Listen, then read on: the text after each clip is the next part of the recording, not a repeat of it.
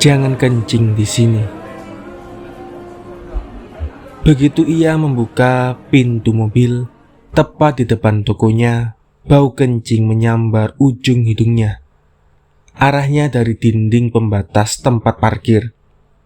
Gadis itu, Sasa, hampir muntah dibuatnya.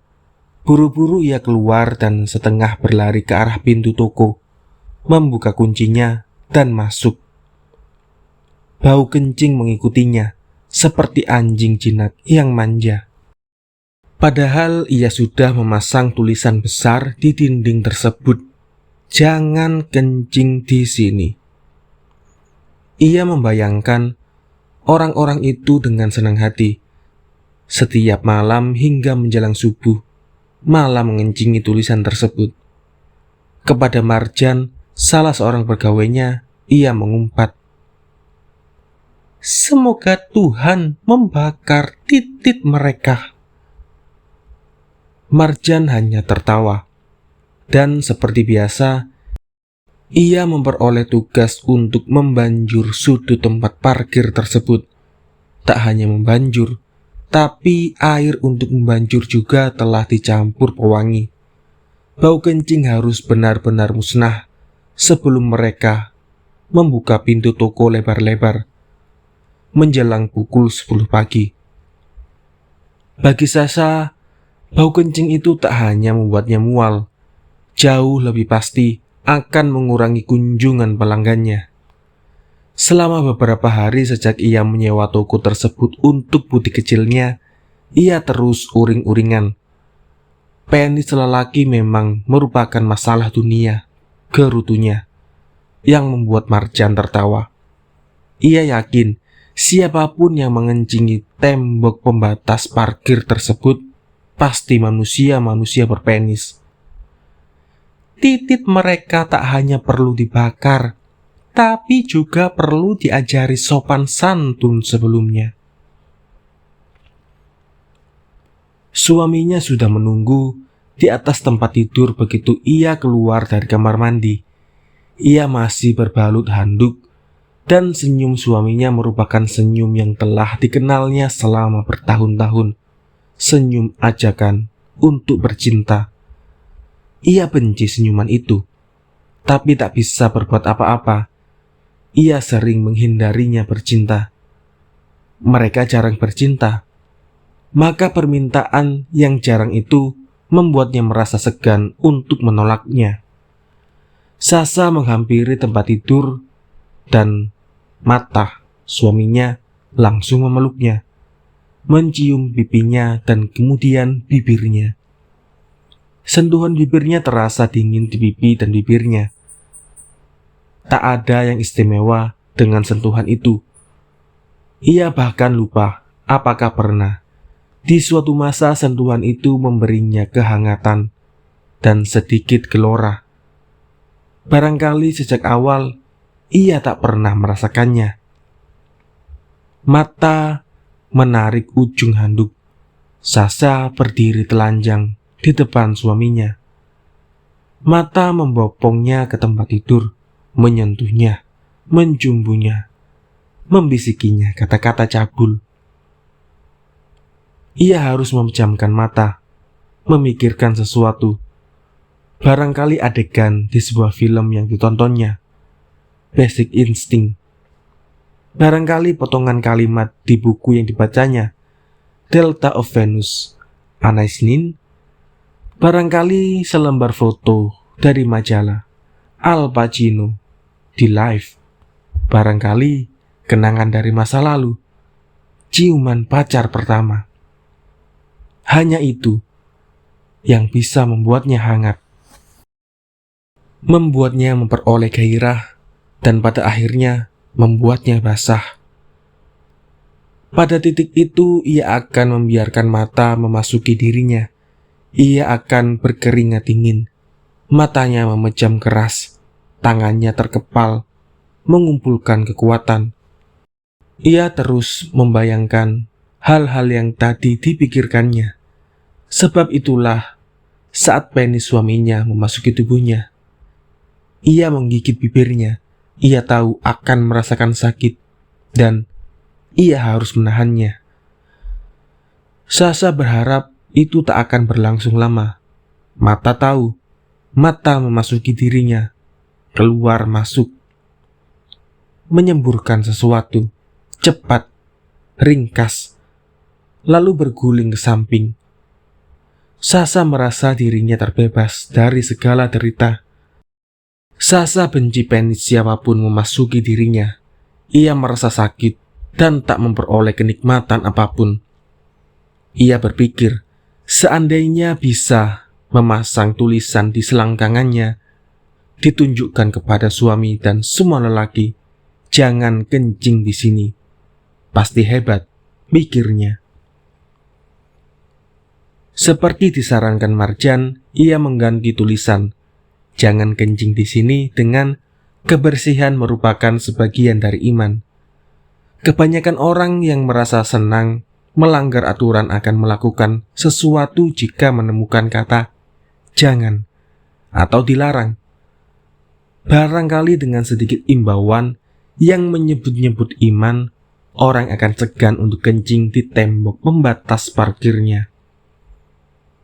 Pagi itu Sasha berhenti di depan tokonya dan berjalan ke tembok pembatas parkir. Ia bersiap-siap jika bau itu muncul. Tapi ternyata ia tak begitu menciumnya. Ia mengendus-endus kecil dari satu jarak. Ada, pikirnya. Seseorang ada yang kencing di sana, namun tampaknya hanya seorang. Bau kencing yang menguar tak setajam hari-hari biasanya. Barangkali karena bau cat yang baru.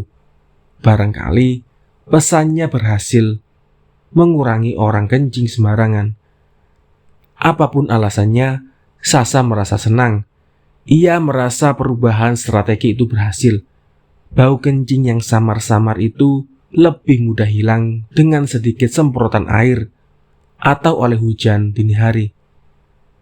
Akan tetapi, selang beberapa hari, terutama pada Senin pagi, ketika selama 2 hari tokonya tidak buka, bau kencing yang menyengat kembali tajam tercium.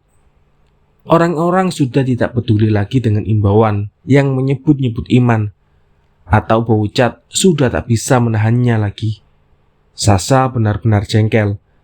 Tokonya merupakan butik kecil. Pelanggannya perempuan-perempuan muda yang berhasil dalam karir mereka. Apa yang akan mereka pikir tentang bau kencing di tempat parkir? Marjan kembali memberi usul yang sedikit sinting. Menulis pesan di tembok parkir tersebut dalam bahasa Arab.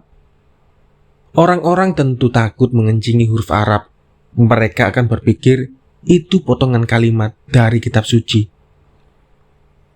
Sasha tak mau ikut sinting. Ia tak mau berurusan dengan preman-preman bayaran berbaju agama yang akan mengutak-atik butik kecilnya hanya karena tulisan berhuruf Arab di tembok tempat parkir. Ia memutuskan untuk menunggu di dalam mobil sepanjang malam untuk mengetahui siapa sebenarnya yang kencing di tembok parkirnya. Ia membawa bekal camilan. Ia telah tidur sepanjang hari agar bisa melek sepanjang malam. Ia bahkan membawa selimut untuk melindungi dirinya dari pendingin. Sampai tengah malam, ia tak menemukan siapapun muncul dan kencing di tembok parkirnya. Ia yakin mereka tak akan muncul pada waktu-waktu seperti itu. Ia tak merasa bosan. Ia masih bisa keluar dari mobil, berjalan-jalan sejenak. Di sekitar toko, tukang bajai masih mangkal. Taksi kadang berhenti. Dan tak jauh dari sana, kios rokok masih buka. Selewat tengah malam, keadaan menjadi sepi. Ia mulai mengurung diri di dalam mobil, mengunci pintu, dan menunggu. Dan karena sejak itu terus berada di dalam mobil, hanya ditemani lagu-lagu dari radio dan cahaya redup dari dashboard mobil, serta dengung mesin dan pendingin, Sasha harus menahan kencing. Itu satu hal yang tak diperhitungkannya. Ia benar-benar lupa tak memegang kunci toko. Marjan membawanya pulang. Ia mulai mengeluh, kenapa ia tidak seperti lelaki yang gampang kencing di mana saja. Mereka bisa kencing di botol minuman atau di tembok parkir pinggir jalan. Masih tak ada orang muncul untuk kencing di tembok parkir. Tentu saja, karena ada mobil di sana. Dengan bayangan orang di dalamnya, mereka akan segan untuk kencing sembarangan. Namun, Sasa yakin 1-2 orang akan muncul. Ia harus sabar menunggu. Menjelang subuh, ia benar-benar tak tahan menahan kencingnya. Ia tahu tak ada toilet umum di sekitar tempat itu. Dan itulah kenapa orang-orang kencing sembarangan. Ia tak pernah menahan kencing selama itu, sebab ia tahu menahan kencing bakal membuat saluran kemihnya bermasalah. Ia meringis. Ia berpikir untuk meninggalkan saja tempat parkir itu, membawa mobilnya ke pom bensin terdekat. Namun ia merasa penasaran. Barangkali orang-orang kencing di sana menjelang subuh. Semakin lama menahan, semakin ia merasa akan kebobolan. Hingga akhirnya ia merasakan sesuatu di selangkangannya. Otot-otot vaginanya mengencang, mencengkeram. Ia memejamkan mata dan bergumam, "Demi Tuhan, Sasa, jangan kencing di sini." Hari itu seperti biasanya pada akhir pekan, ia tak pergi ke toko. Urusan orang-orang yang kencing sembarangan di depan toko membuatnya sedikit tertekan. Ia harus menenangkan diri, mengembalikan segala kejernihan pikirannya. Ia senang hari itu Mata pergi bersama anak-anak. Ia memiliki waktu pribadi untuk menenangkan diri. Barangkali ia bisa bersenang-senang. Sejak pagi ia belum pergi ke kamar mandi. Bahkan ketika anak-anak dan suaminya berangkat, ia hanya melambaikan tangan dari tempat tidur. Dan selama itu pula ia menahan kencingnya. Dulu ia melarang dirinya menahan kencing. Ia akan bilang kepada dirinya sendiri bahwa jika ingin kencing, ia harus buru-buru pergi ke kamar mandi dan kencing. Bahkan meskipun belum ingin kencing, ia menyarankan dirinya untuk pergi ke kamar mandi dan duduk di kakus, lalu kencing. Akan tetapi, sejak malam di mobil menunggu orang kencing di tembok pembatas tempat parkir, ia mulai senang menahan kencingnya. Ia senang dengan gerakan otot-otot di sekitar vaginanya yang mengencang, mempermainkan tekanan. Dan semakin lama ia menahan, semakin lama ia mempermainkan otot-otot sekitar vaginanya. Semakin ia merasa senang. Seperti pagi menjelang siang itu, Sasa turun dari tempat tidur dan pergi ke kamar mandi, mengunci pintunya dari dalam. Ia membuka pakaiannya dan duduk di kakus. Ia tak kencing. Ia masih menahannya. Otot-otot vaginanya bergerak, mengencang, mengendur. Ia merasa dirinya terbang, semakin lama melayang semakin tinggi.